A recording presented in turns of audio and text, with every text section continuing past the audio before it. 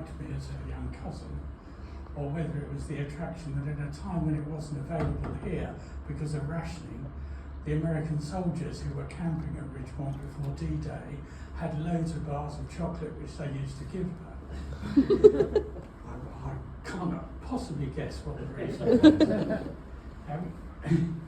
We stayed down there until after the war, and when we left, we still went back quite often, rationing being what it was, and for some obscure reason, Ted being in the farming business, rationing didn't seem to work down there too well.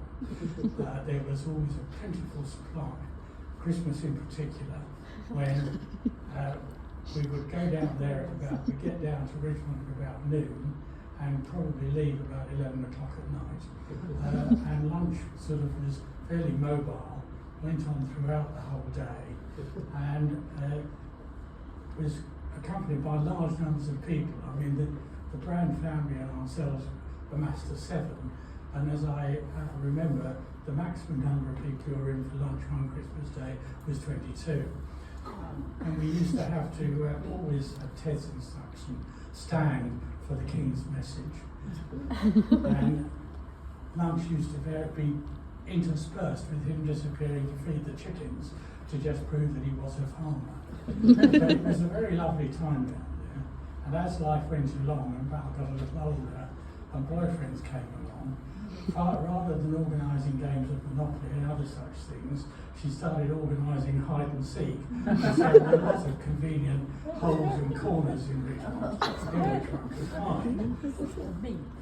As she moved on through life, she got her driving licence, and if you can remember, she was a fairly independent-minded character, and she drove up to stay with my parents and I in Surrey one time, and I do remember 2 things from it.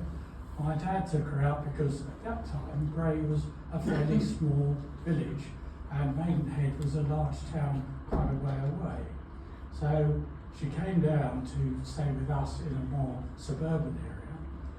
My father said to her, well, you take me for a drive around and I'll just show you how you find a few places, being before the era of the sat-nav.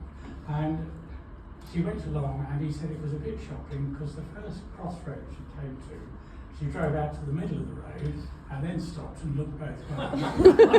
And he said, why did you do that? She said, well, it's what I do at home because you can see better. And I can also remember that one day she came out and said, oh, in the morning she came in and said, I think I've left my keys in the car. So that's not the greatest idea. She said, oh, shouldn't I have left my wallet out there as well? Fortunately, neither had gone. And to go on a little bit later, as you know, she met Peter, and the story we then heard was that she came back suddenly from a holiday on Peter's scooter to Italy and said, I'm married. And that was her. She was always full of fun and games. She liked organising and running us, and well, I hope everyone will enjoy celebrating her life, and thank you all for coming.